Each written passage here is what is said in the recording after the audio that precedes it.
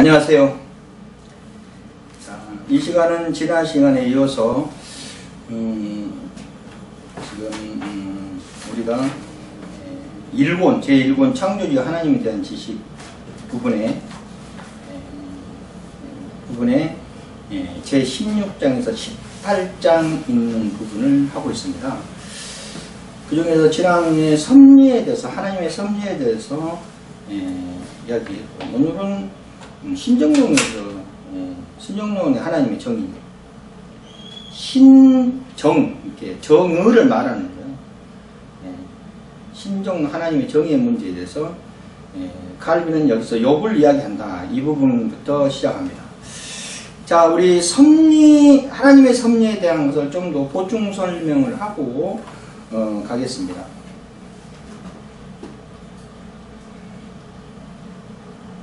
자,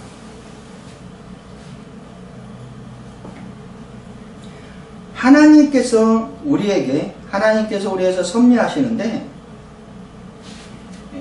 대부분 보면은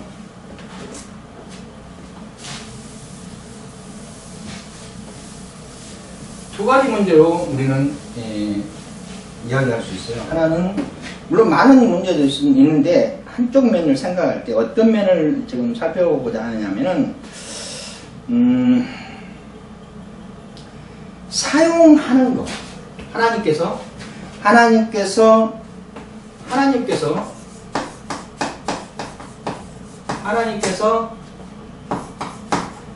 사용하는 것.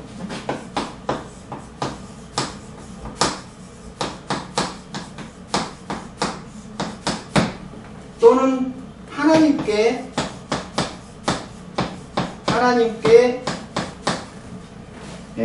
사용당하는 것.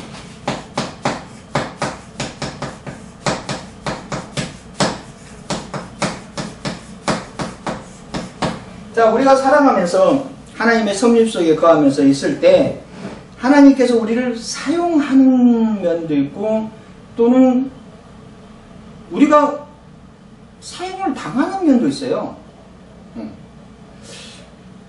이거를 논리적으로 폈을 때 사용하는 것은 내적인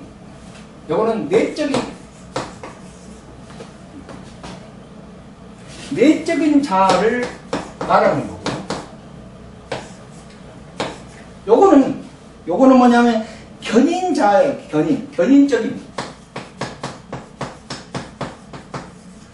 견인적인 자아를 이야기하는 거예요. 무슨 뜻이냐면요, 하나님께서 우리를 섭리하시는 데 있어서, 우리가 섭리를 하는 데 있어서, 그럼 우리는 하나님께서 어떤 면에서 우리를 섭리하시느냐, 하나님의 뜻대로 나아가게끔 우리를 역사하신다 하는 것으로 우리는 생각할 수 있어요. 그것은 믿음적으로 그러고요.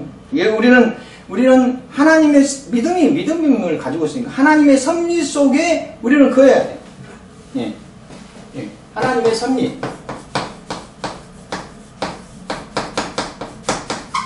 하나님의 섭리 속에 거해야 되는데, 이 하나님의 섭리 속에 거하려면은 먼저 무엇이 있어야 되냐면 믿음이 필요해요. 먼저 믿음이 필요해요. 믿음이 있어야 하나님의 섭리 속에 들어갈 수 있어요. 하나님의 역사 속에 들어갈 수 있습니다. 내가 하나님 섭리 속에 들어가야 무슨 일을 감당하잖아요. 하나님 섭리 속에 나와 있으면은 세상 속에 있는 거랑 똑같잖아요. 그러니까 믿음 속으로 믿음이 있어야 하나님의 섭리 속으로 들어가게 돼요. 그리고 그 믿음 속으로 들어가고 하나님의 섭리에 또 하나님의 섭리 속에 거하려면 기도가 필요해요. 기도가 필요합니다.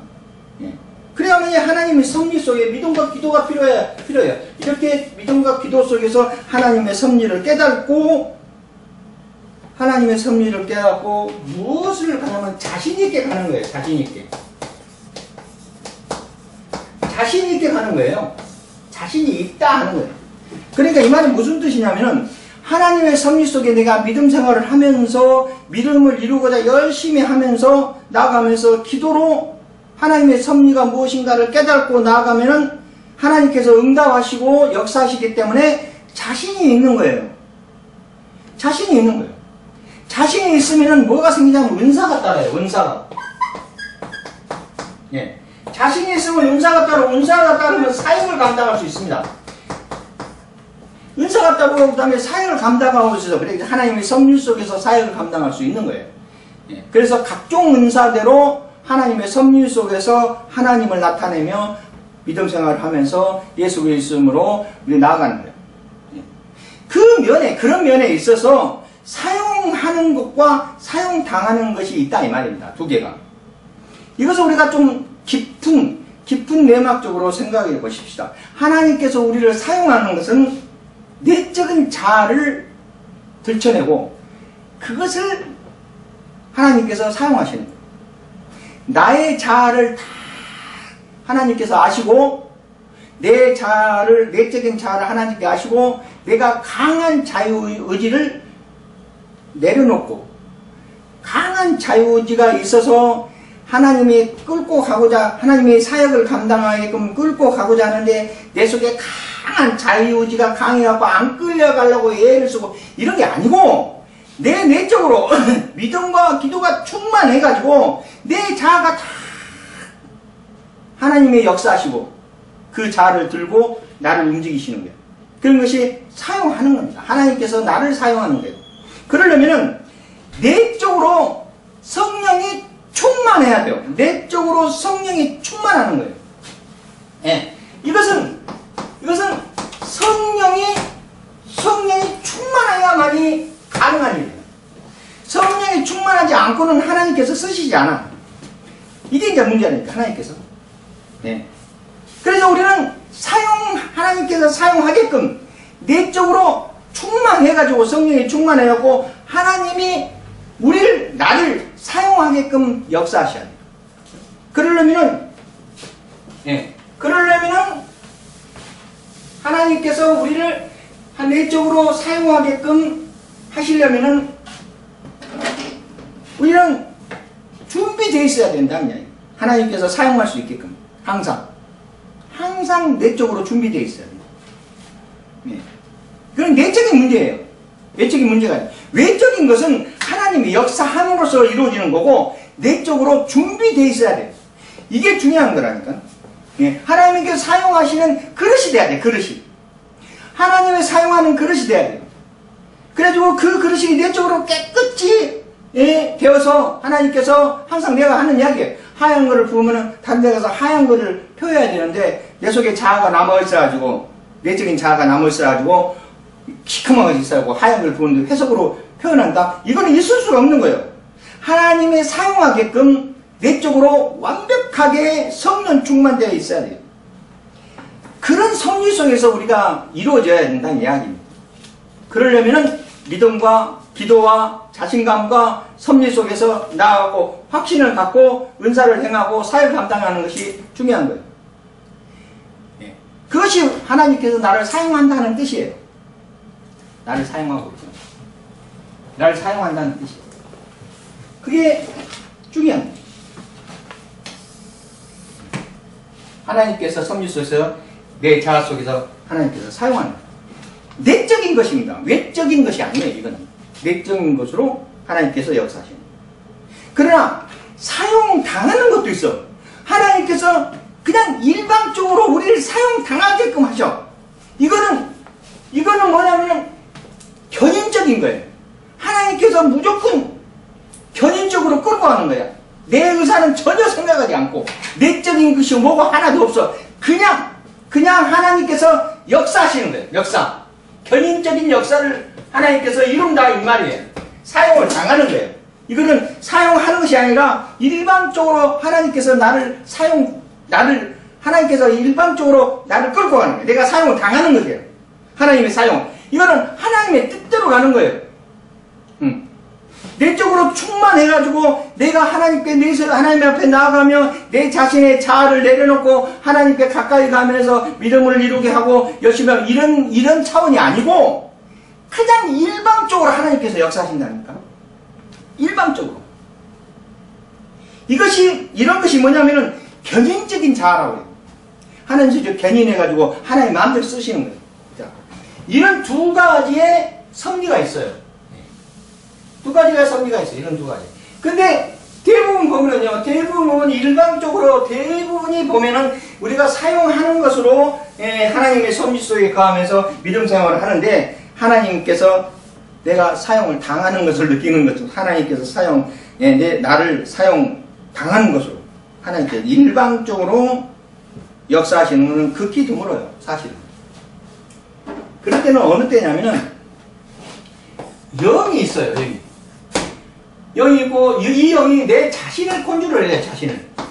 내 자신을 컨트롤을 하는데, 예? 하나님께 섭리 속에서 내 영을 하나님께서 컨트롤을 해요. 응? 내 영을 컨트롤하는데 내 자신을 컨트롤하는 거지. 근데 그 자신 속에는 마음이라는 창이 있고요, 생각이라는 창이 있어요.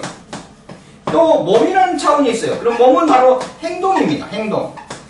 행동인데 이 세 가지 차원이 인간이 가지고 있는 차원이에요.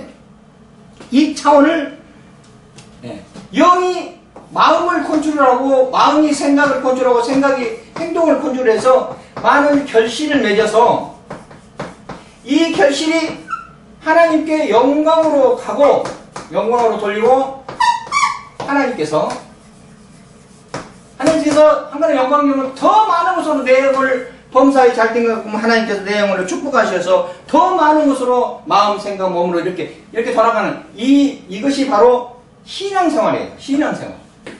신앙 사이클이에요. 신앙생활입니다. 이런 생활 속에 우리가 살아가. 그래서 하나님께서 내 영이 잘 뜨고 내 마음이 꿀떡 같은 마음으로 그냥 마음이 뜨거워. 그러면은 생각이 아주 정리가 잘 되었고 기획을 잘 잡아. 그래가지고 행동으로 그것을 보내. 그러면은 많은 결실을 맺게 돼. 그 결실을 또 하나님께 영광을 돌리면 하나님께 더 많은 것으로 축복해주고, 이렇게 하면서 하나님의 축복 속에 거하면서 살아가는 그것이 신앙생활인데, 여기서 사용당하는 견인자가 뭐냐면은, 여기서 하나님께서 이걸 전부 생략해버리고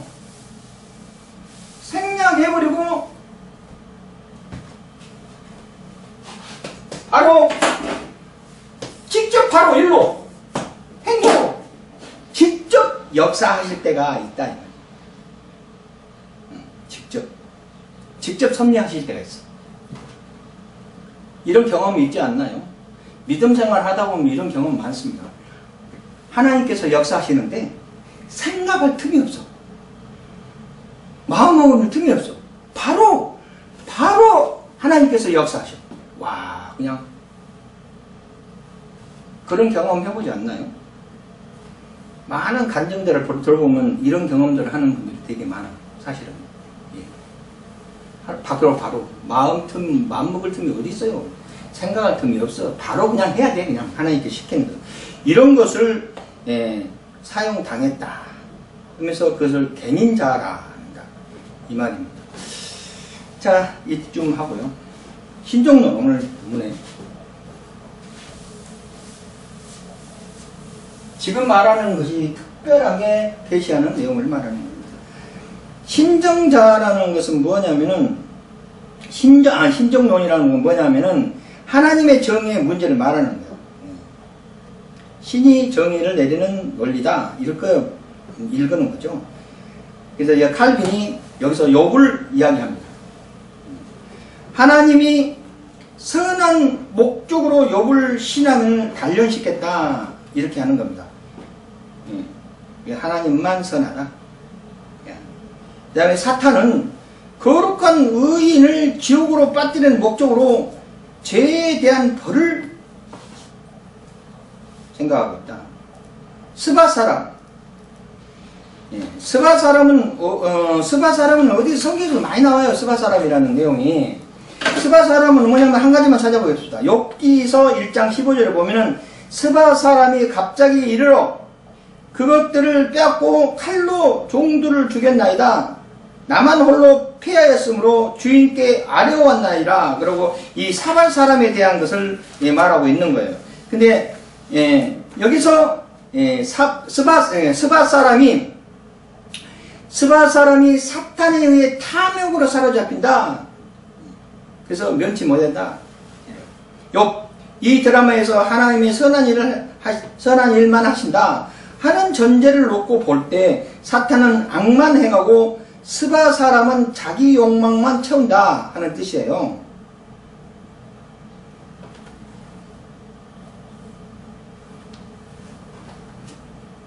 스바 사람은 또 느헤미야 3장 7절에도 나오고요. 요엘 3장 8절에도 나오고요. 이사야 60장 5절에도 나옵니다. 근데 이제 여기 욥을 이야기하고 있어요. 1장 15절에 있는데 사탄은 악만 행하고 스바 사람은 자기 욕망만 채운다. 그래서 사탄도 스바 사람도 절대 사람도 죄에 대한 벌을 면할 수가 없다. 이렇게 보는 것입니다. 그러므로 하나님만 선하신 분이고 이것은 칼빈의 신정론이다. 이렇게 봅니다. 이 세상의 악이라든가 또 죄 등을 하나님께서는 이용하신다. 이혼을 주장한 것이 아니고 하나님께서 모든 것을 다 통괄하신다. 이렇게 보는 거예요. 그러나 사람들은 그런 죄와 악을 위하여 심판을 받는다. 이렇게 보고 있습니다. 그래서 칼빈은 여기서 하나님의 계율과 하나님의 계획을 구분하여야 한다라고 봅니다. 하나님의 계획으로 하는 것은 좋은 것, 하나님의 계획대로 하는 것은 좋은 것이 아니다. 계획대로. 인간은 하나님의 계율을 쫓아서 계획에 따라서 살아야 한다. 계율에 따라서 살아야 한다.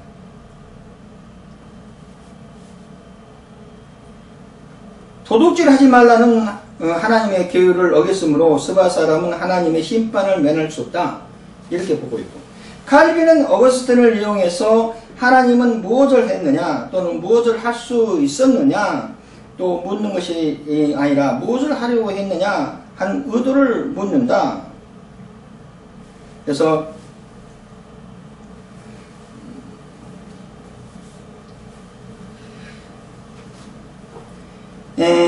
어거스틴에 대해서 좀 보겠습니다. 어거스틴은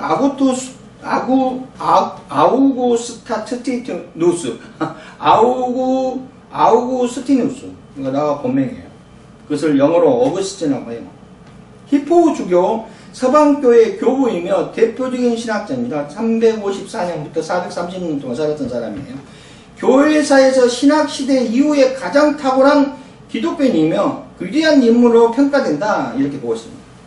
여기서 히포라는 것은 뭐냐면은 보수를 가장 많이 받는 사람이거나 또 의견의 보수를 가장 많이 받는 사람을 뜻하는 말로 최고 경영자에 의해서 의사결정을 방식을 말하는 자입니다. 그러니까 의사결정이 있는 주교를 말하는 거예요. 히포 사람, 히포 주교라는 뜻입니다.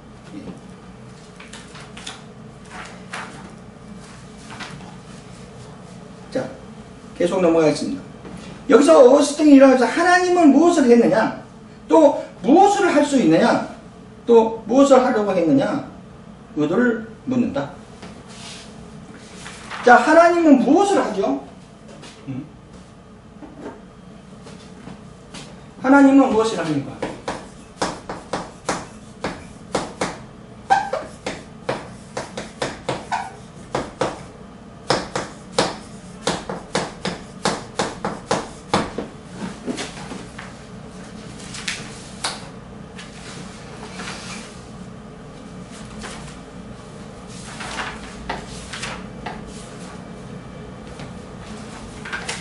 자, 하나님은 무엇을 하는가? 자, 하나님의 속성에 대해서 좀 살펴보겠습니다. 여기에 있는 것처럼 무엇을 했는가? 무엇을 하는가? 하나님께는 창조하시고 또는 섭리하십니다. 창조하고 섭리하십니다. 그러니까 창조하시고 섭리하십니다. 무엇을 할 수 있는가? 섭리할 수 있다. 무엇을 하려고 하는가? 이거는 하나님의 뜻을 행하고자 하는 것. 하나님의 뜻을 행하시고 시려고 이렇게 보고 있어요. 네. 자, 그래서 우리 좀 살펴봅니다. 여기서 하나님은 무엇을 했느냐? 창조를 한 것이죠. 되고 모두 할 수 있는 건 아직까지도 섭리를 하고 계십니다. 그리고 지금 무엇을 하려고 했느냐? 하나님의 뜻대로 행하시려고 하는 겁니다. 그래서 이 하나님의 뜻은 바로 무엇인가? 이 하나님의 뜻을 우리가 알아야 됩니다. 이 하나님의 뜻. 하나님의 뜻이 무엇인가? 이것을 우리가 오늘 이야기해보자 하는 것이죠.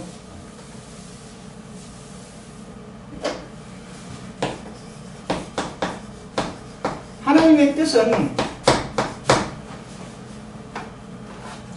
뜻은 성경에서 미리 감춰져 있던 것인데 우리 영광을 위해서 하나님의 뜻을 펼쳤다 하는 성경 말씀들이 많이 있어요. 태초에 전부터 하나님의 뜻을, 하나님의 비밀을 감추어진 비밀이다 라고 표현하고 있고요. 하나님의 뜻이 태초 전부터 예비되어 있다 하는 성경 말씀이 많이 있습니다. 그것 중에 그래서 이 하나님의 뜻은 하나님의 비밀일 수가 있어요. 그래서 이 하나님의 뜻은 성경에서 창세기부터 계시록까지 쭉 살펴보면은 하나님의 뜻은 인류 구원에 있어요. 인류 구원. 하나님의 뜻은 인류 구원을 이루는 데 있어요. 한 사람도 낙오되지 않고 오로지 다 천국 백성을 이루고자 하는 것이 하나님의 뜻이에요. 창세기부터 계시록까지 초점을 그 모든 것을 총종합해서 본 결과 하나님의 뜻은 바로 인류 구원에 있습니다. 인류 구원에 있어요. 하나님의 뜻이. 하나님의 뜻은 인류 구원에 있어요. 그렇기 때문에 독생자 예수 그리스도를 보내셔서 그를 믿는 자마다 구원을 이루게 만드신 거예요. 그래서 인류 구원인데 여기서 주인공이 예수 그리스도입니다. 예수 그리스도가 인류 구원의 주인공이에요. 그래서 하나님의 뜻이 예수 구원은 예수 이름으로 우리를 구원받고 천국 백성이 되는 것이 하나님의 뜻입니다. 거기서 뭐 더 이상 뭐를 이야기하겠어요? 오로지 우리가 예수 믿고 구원받는 것이지. 천국 가는 것입니다. 천국 백성이 되는 것입니다. 그게 하나님의 뜻이에요. 한 사람도 낙오된 자 없이 다 구원에 이루게끔 하는 것이 하나님의 뜻이에요. 그래서 예수 그리스도가 핵심입니다. 예수 그리스도가 핵심입니다. 그래서 오늘 성경 말씀 중에서 좀 찾아보고 좀 자세히 그러면 예수 그리스도가 누구냐? 예수 그리스도가 어떤 목적으로 이 땅에 오셨으며 하나님의 뜻을 행하는 자였는가 살펴보면은 우리가 상식적으로 봤을 때 예수님은 십자가의 사건을 통하여서 인류 구원의 역사를 이루셨어요. 옛날에는 제사장이 제사 지냈어요. 제사. 비둘기 잡고 소 잡고 제사 지냈는데 그 제사는 죄를 사해 준 것 뿐이었어요. 죄를 사해 준 게, 죄 지면 가서 제사장한테 이렇게 해서 제사를 지내갖고 제사함을 받았는데 그것이 제사함을 받은 제사에 불과했으면 예수님이 이 땅을 오셔갖고 당신의 몸을 드리면서 완전한 제사를 이루었어요. 그래가지고 하나님께서 흡양하시고 예수 그리스도를 믿으면은 언제를 아담의 짐죄를 사해준다.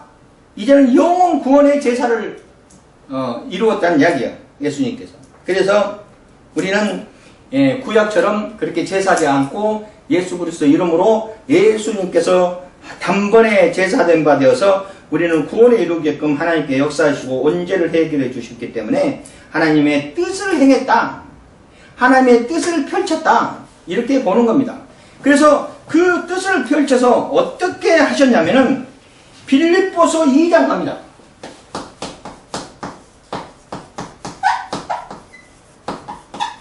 2장 가겠습니다. 빌립보서 2장 5절에 보면은 2장 5절부터 읽겠습니다. 2장 5절에 보면은 어떻게 이야기하냐면 너희 안에 이 마음을 품으라 그랬어요. 너희 안에 이 마음을 품으라 곧 그리스도 예수의 마음이니 예수의 마음을 우리 마음속에 품으라는 것입니다. 우리는 예수를 우리 마음에 품었다는 이야기는 뭐냐면은 예수님과 함께 동행했다는 뜻이에요. 또 예수님과 함께 행한다는 뜻이에요. 왜? 예수 마음을 내한테 품었으니까 예수님대로 행하는 것이지. 예수님처럼 하는 것이에요. 예수님이 했던 것처럼 하는 것입니다. 예수님이 되는 것이 아니고 처럼 하는 것이 처럼 하는. 우리나라에 예수처럼 하지 않고 지가 예수라는 사람이 너무 많아. 근데 예수님처럼 하는 겁니다. 예수 마음을 품은 것이죠. 예수 마음을 품은 거예요. 그는 근본 하나님의 본체시나 하나님의 동등됨을 취한 거로 여기지 아니하시고, 여기서 취한 것으로 동등됨을 취한 것입니다. 취한 것.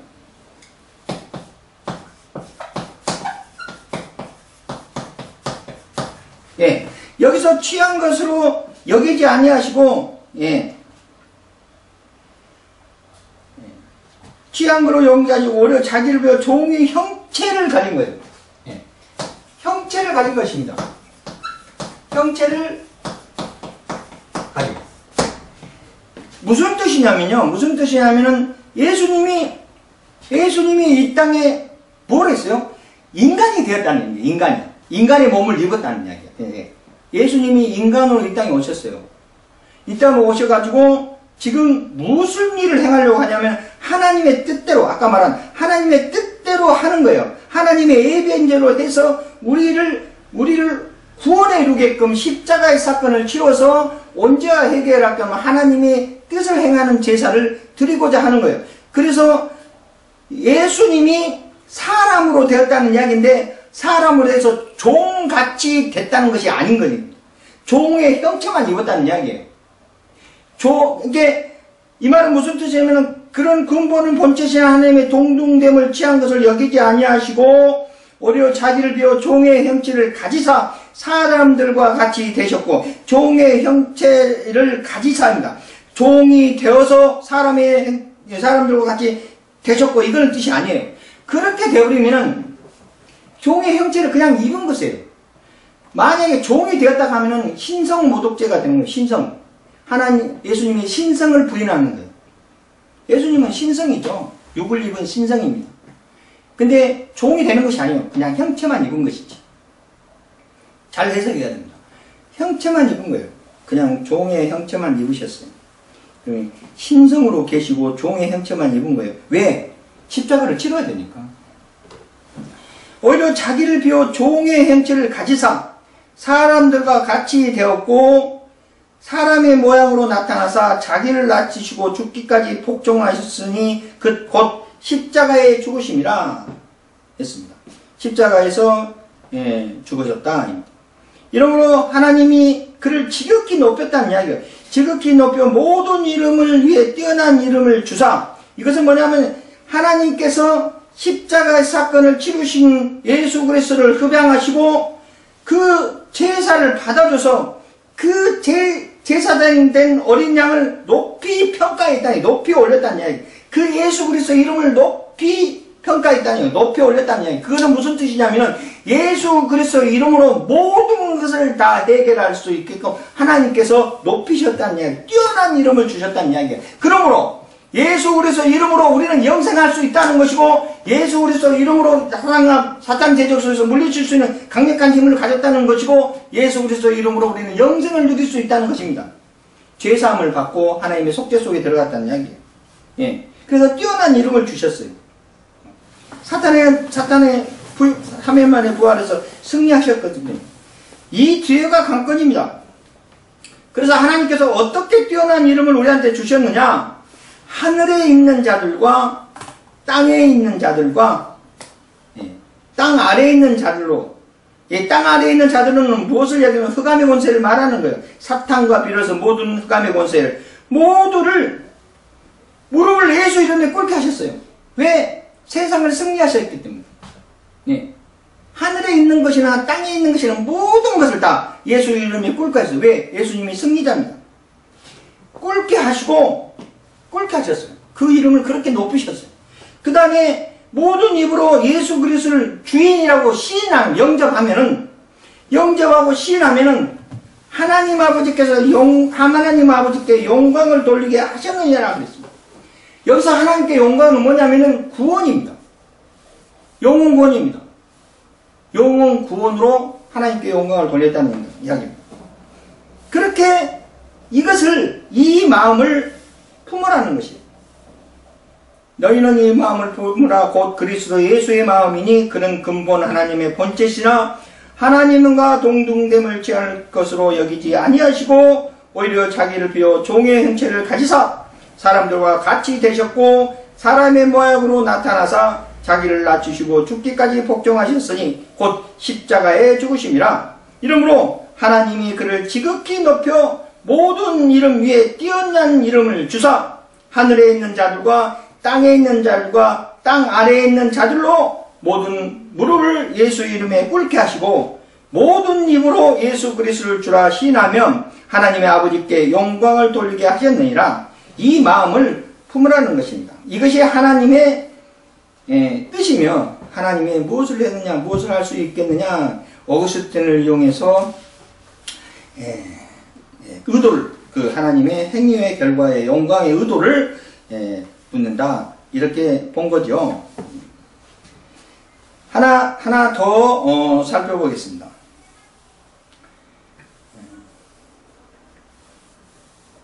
고린도 후서 4장.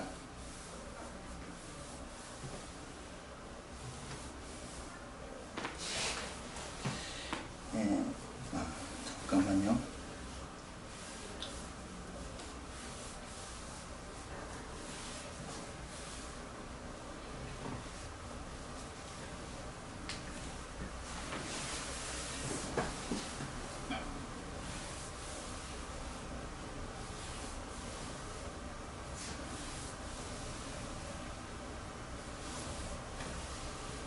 그러면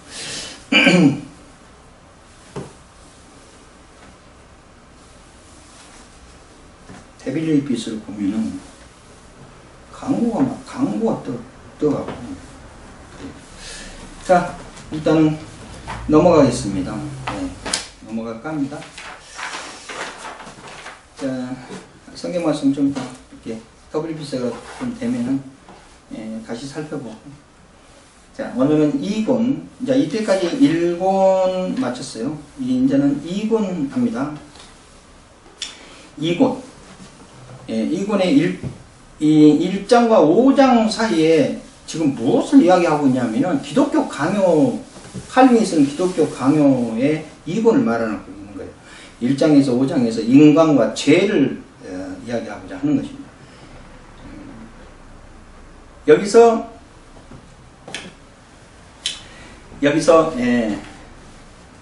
칼빈은 원죄하고 원죄 유전을 다루는데요. 유전이라는 것은 물려서 내려오는 것을 말하는 거예요. 위에서 내려오는 이야기를 원죄라고 그렇죠. 유전이라고 그렇죠.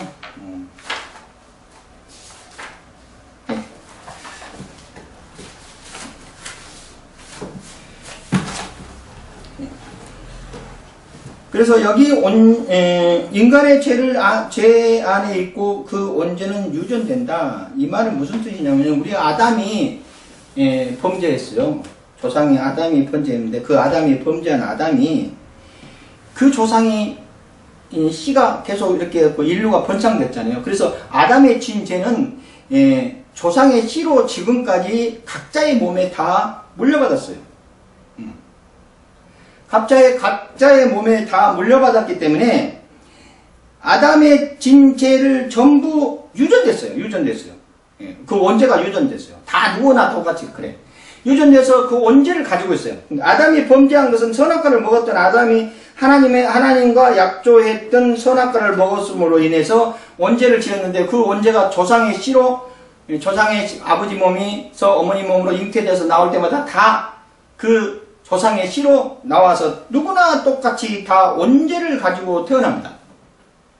원죄를 가지고 태어나는데 이 원죄가 있고 그 원죄가 있으므로 원죄가 있었다는 것은 무엇을 이야기하는 거냐면은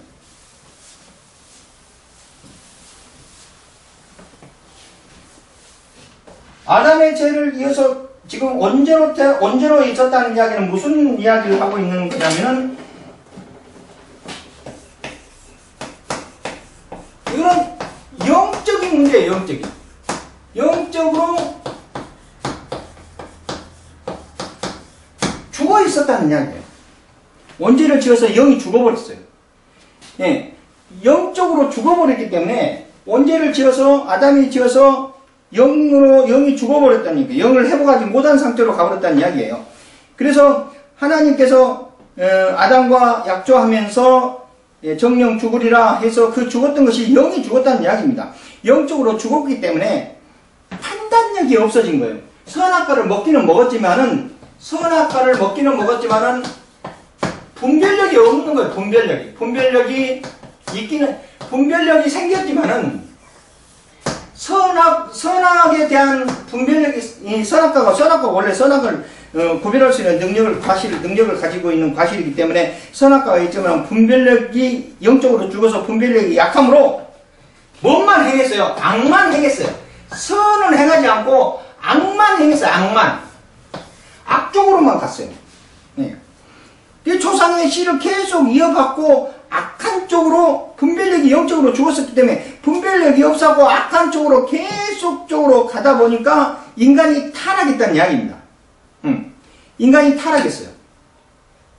인간이 타락해서 그 원죄를 통하여서 우리는 죽을 수밖에 없는 지옥 갈 수밖에 없는 우리를 원죄를 하나님께서 예수 그리스도의 이름으로 십자가의 사건으로 원죄를 해결해 주고 영이 영적으로 회복됐다는 이야기예요. 회복됐음으로 인해서 우리는 원죄가 해결되고 하나님의 구속됐다는 이야기예요. 하나님께 구속됐어요. 하나님께 구속됐다고 우리는 이야기해요. 원죄가 해결되고 하나님의 구속의 역사로 하나님께서 역사하셨다는 이야기. 구속이라는 건 뭐냐면요, 구속시켰다는 이야기입니다. 뜻이 구속됐다는 게. 우리는 하나님께 구속이 돼야만이 뭐를 누릴 수 있냐면은 자유함을 누릴 수 있어요. 진정한 자유함을 누릴 수, 하나님의 구속 속에 들어가야만이, 믿음 속으로 하나님의 구속 속에 들어가야만이 자유함을 얻어요. 세상적인 자유함은요, 구속되지 않은 것이 자유함이에요. 법이라든가, 율법이라든가, 규칙이라든가, 규범이라든가 전부 무시하고 그 속에 들어가지 않고 지 마음대로, 지 멋대로 살아간 것이 자유예요. 세상적인 자유가. 그것도 양심까지 버려가면서 지 마음대로, 지 멋대로 살아가는 거예요. 그게 자유예요. 세상적인 자유는. 그래서 세상적인 자유는 죄를 짓는 거예요. 죄로 가는 거예요. 죽을 수밖에 없는 죄로 가는 거예요. 근데 우리는 왜요? 이 죄로 갈 수밖에 없는 우리를 하나님께서 어떻게 하셨어요? 구속시켜버렸어. 구속시켜버렸어요. 너는 내 백성이라. 너는 내 백성이라 구속시켜놨기 때문에 우리는 주 안에서만이 자유예요. 세상 속의 자유가 아니라 주 안에서 자유예요. 주 안에서 자유예요. 주 안에 들어오면 어때요? 평안을 이룰 수 있어요. 주 안의 자유예요. 주 안의 자유를 얻을 수 있어요. 그게 진정한 자유입니다. 죄사함의 자유는 구속된 자유함이에요. 이제는 세상 속에 있지 않고 우리를 구속시켰어요. 그래서 그 구속시켰다는 것은 무슨 뜻이냐면은 견인됐다는 뜻이에요. 견인됐다는 뜻이. 견인적인 자아로 임했다는 뜻입니다. 그래서 하나님께서 우리를 견인시켰다. 이거예요. 하나님께서 견인시켰다는 것은 끈으로 매달았다는 뜻이에요. 견인이라는 게 그거지 않습니까? 그래서 우리는 하나님이 우리의 끈앞으로 우리를 생명을 견인시켜놨어요. 우리. 그래서 이 견인을 뭐라고 견인된 상태를 뭐라고 이야기하냐면은 소명받았다고 그래요. 그래서 이 소명 부를 수 없자고요. 이거는 목숨명자입니다. 목숨명자예요. 그래서 하나님께서 목숨을 부르셨어요. 견인시켰다는 것은 소명받았다는 것이에요. 그래서 소명받는 것은 하나님께서 그 목숨을 건지셨다는 이야기입니다. 세상 속에 있던 자를 견인해서 그 목숨을 건지셨다는 거예요. 소명하다랬다는 거예요. 건지셔서 어디다가 주 안에서 구속시켜놨어요. 그러니까 주 안에서만 평안을 누릴 수 있어요. 주 안에서 평안을 누리는 거예요. 얼마나 이게 진정한 자유입니다. 이게 진정한 자유예요. 평안을 누리는 그런 놀라운 역사를 하나님께서 하셨다. 그래서 우리는 인간은 그 유전된 원죄를 예수 그리스도를 통해서 그 문제를 해결해야 돼요. 오로지 방법은 딱 하나밖에 없어요. 예수 믿지 않고는 그 원죄가 해결될 수 없어요. 무슨 종교도 세상에서 아담이 범죄하는 원죄를 계속 이어가는 조상의 씨로서 계속 이어가는데 그 원죄를 영적으로 죽은 상태에 있는 그 영적으로 회복되는 그 놀라운 역사적인 영혼적인 생명을 유지할 수 있는 영생을 얻을 수 있는 길은 오로지 예수 그리스도뿐이 없습니다. 왜? 예수 그리스도가 십자가의 사건으로 그 일을 행하셨기 때문에 우리는 예수 그리스도 믿고 영생하는 거예요. 구속되는 거예요. 하나님 속에서. 그리고 진정한 평안을 누리며 자유함을 얻는 것입니다. 오로지 그 인간의 죄를 해야 사할 수 있는 것은 오로지 예수뿐이다. 예수 그리스도 뿐이다. 이렇게 우리는 알고 있는 거예요. 상식적으로 봤을 때. 칼빈도 마찬가지 죄는 유전된다. 그러고 그렇게 논했다는 이야기입니다.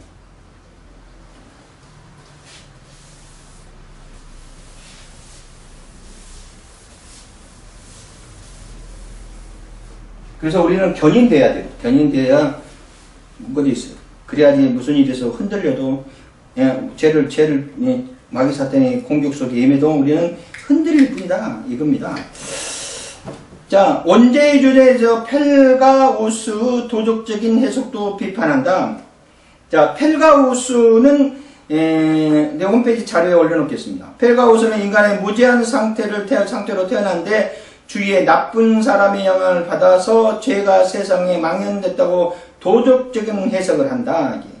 어거스틴.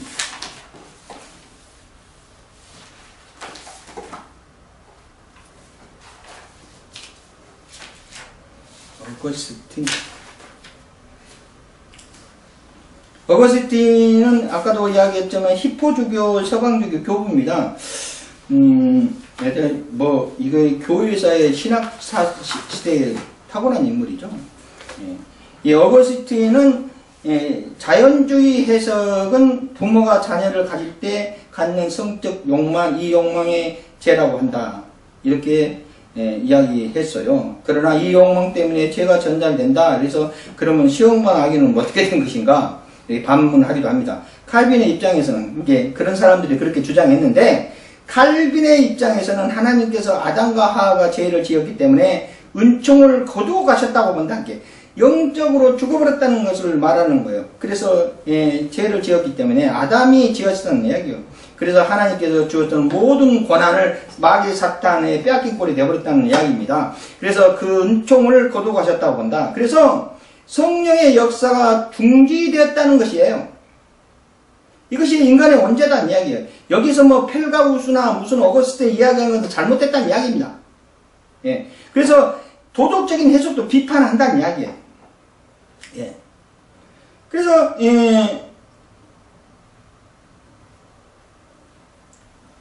그래서 이렇게 인간의 원죄 상태에 있기 때문에 인간은 노예 의지의 상태에서 있다고 주장한다. 그러니까 노예 의지라는 것은 사탄의 노예꼴이 되어버렸다는 이야기입니다. 그래서 우리는 스스로 회복하지 못하고 자유의지를 행하지 못했어요. 영적으로 죽어버렸기 때문에. 그래가지고 끌려가는 꼴이 되어버렸다는 이야기예요. 그래서 루터가 같은 입장으로 본다면 자유의지를 말하는 사람들의 주장은 다음과 같다는 게 자유의지라는 인간은 하나님께서 우리에게 세상을 만드시고 창조하면서 우리에게 남겨놓았던 것이 모든 은총을 다 걷어가면서 남겨놓은 것이 뭐를 남겨놨냐면은 자유의지를 남겨놨어요. 자유의지를 남겨놨고 그 다음에 의지를 하나님께서 우리에게 남겨놓고 그 다음에 양심을 남겨놨어요. 양심.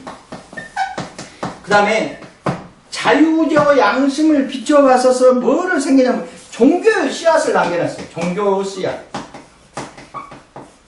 이거는 신학적으로 말하는 건데, 이 종교 씨앗은 뭐냐면, 예, 숭배 사상을 말하는 거예요. 숭배 사상을 우리한테 주셨어요. 인간은. 범죄하고 나서 다 빼앗겼어요. 왜 그러냐면, 아담이 우리가 하나님의 형상으로 지음바 되었는데, 하나님께서 만물을 다스리라니까 많은 고난을 우리한테 임하셨어요. 사실은. 그래가지고 뭐 만물에 이름을 지을 정도로, 이름을 지으려면 그 만물의 속성을 알아야 되지 않습니까? 그런 아주 그런 크나큰 역할을 감당할 수 있게끔 그런 많은 은총을 우리한테 부어주셨는데 불구하고 범죄함으로 다 빼앗겼어요. 빼앗기면서 아무것도 없이 다 빼앗겼어요. 은사고 뭐 그런 건 둘째치로 다 빼앗겼어. 빼앗겨갖고 영적으로 죽었으면 아무것도 못하는 거지 뭐. 다 빼앗겼어. 그러고 난 다음에 그래도 하나님께서 우리를 사랑하셔서 뭐를 남겨주셨냐면은 요거 자유의지와 양심을 그래도 놔뒀다는 이야기예요.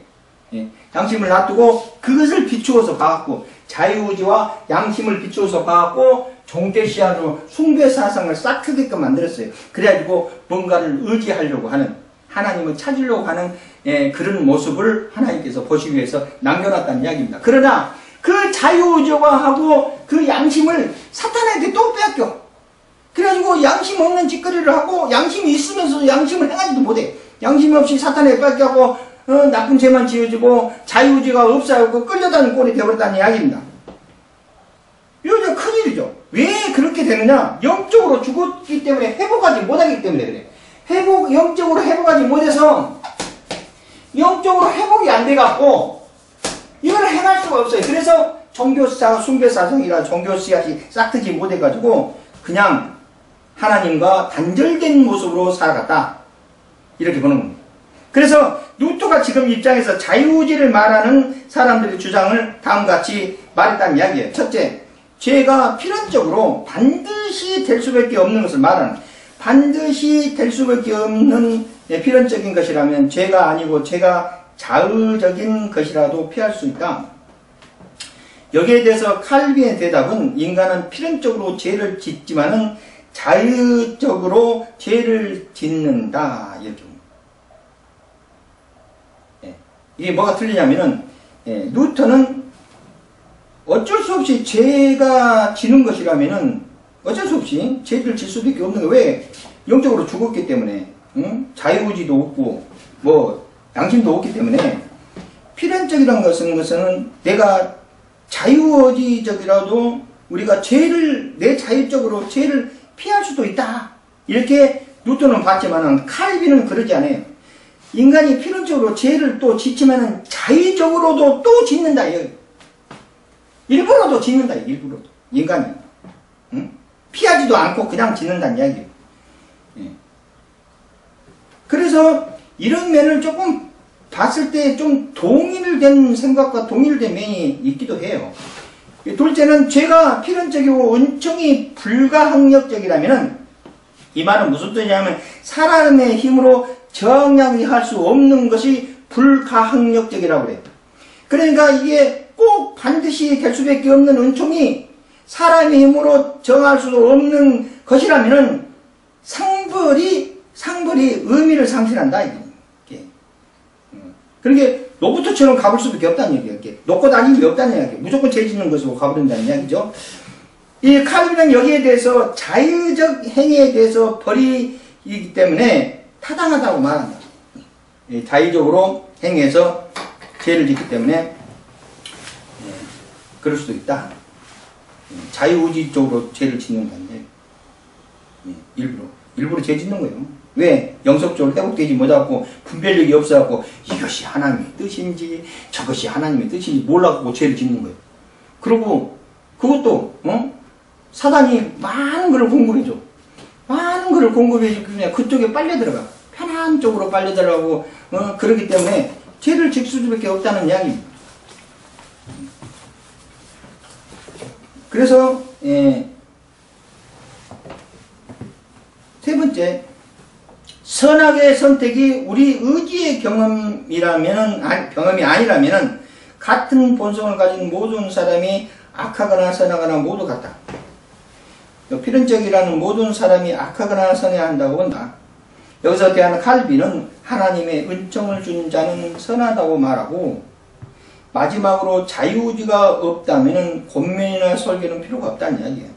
칼빈은 여기서 대해서 권면을 통해 은총을 주신다고 주장한다. 그게 그 말은 무슨 뜻이냐면은 우리는 아직도 하나님께서 주시는 자유의지가 있어가지고 설교를 듣고 하나님 말씀을 들으면 내 자의적으로 하나님의 뜻으로 가야지 하는 의지가 있다는 이야기예요. 결정할 수 있는 권한은 내 안에 그래도 요만큼이라도 남아있다는 이야기예요. 그리고 양심의 빛으로 봐서 이것은 양심의 꺼린데 하고 그런 면이 남아있다는 이야기예요. 조금이라도 남아있으니까 어떻게 가요? 종교의 씨앗이 삭는다는 이야기예요. 의지하는 의지력이 생긴다는 이야기예요. 그래서 그것을 하나님의 선하기 때문에 하나님의 은총으로서 권면과 설교를 봐 또 성경의 말씀을 통하여서 그 은총으로 임할 수가 있다는 이야기예요. 예. 근데 중요한 것은 뭐냐면 이 자유의지와 양심을 어떤 쪽으로 먼저 우리가 가지고 가야 되냐면은 물론 인간은 믿음이라는 매체가 있지 않는 상태에서 자유의지는 누구나 있고 양심은 누구나 있어요. 누구나 있는데 그 양심을 제대로 활용하지 못하고 가는 거예요. 가는 건데 그게 설교 말씀이나 이런 식으로 해서 가면 참 좋은데 그러지 못하고 이상한 쪽으로 가니까 여기서 맡기는 삶, 자신을 맡기는 삶. 그러니까 자유의지를 맡기고 양심을 맡겨놓고 살아가. 누구한테? 뭐에다가? 믿음. 그러니까 예수 그리스도 수도의 믿음으로 내 삶을 맡기면은 내 자유의지가 하나님의 은혜 속에서 믿음으로 펼쳐간다는 이야기예요. 그리고 내 양심이 하나님의 중심에 딱 서서 분별력이 강해져가지고 하나님의 뜻대로 가는 그런 모습으로 나아간다는 이야기예요. 이미 나는 결정권이 없고 하나님이 나한테 역사하셔서 하나님의 뜻대로 행하고 예수 그리스도의 이름으로 행함으로 나아간다는 거예요. 자유의지와 양심을 맡기는 삶, 믿음으로 맡기는 삶으로 살아가는 것이 믿음 생활입니다. 자유의지가 너무 강해가지고 하나님께서 이렇게 하라는데 안 가려고 그냥 난리를 피고 그러다가 매 맞고 다시 돌아오고 이런 삶을 살 필요가 없다는 얘기예요. 예. 자유의지를 내려놓고 내 양심을 딱 분별력으로 딱 비춰서 이것은 하나님의 뜻이고 이것은 하나님의 뜻이 아니다는 걸 분별해가지고 그래서 어떻게 해요? 하나님이 그걸 맡겨.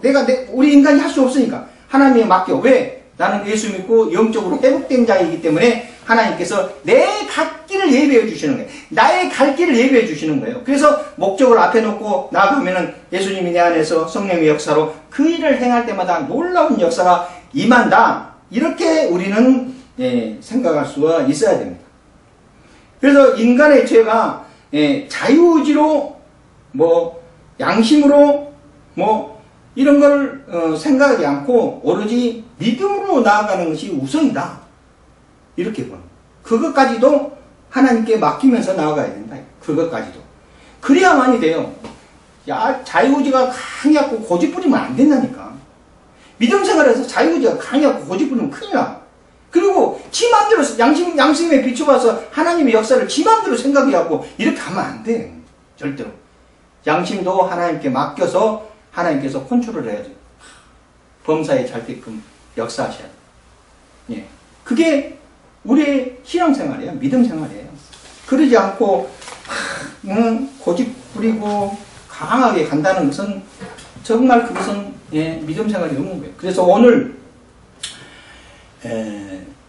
이게 기독교 강요 칼빈 책에서 2권 기억 부분 인간과 죄의 부분을 살 것 같습니다. 다음 시간에는 율법과 그리스도 부분을 공부하겠습니다.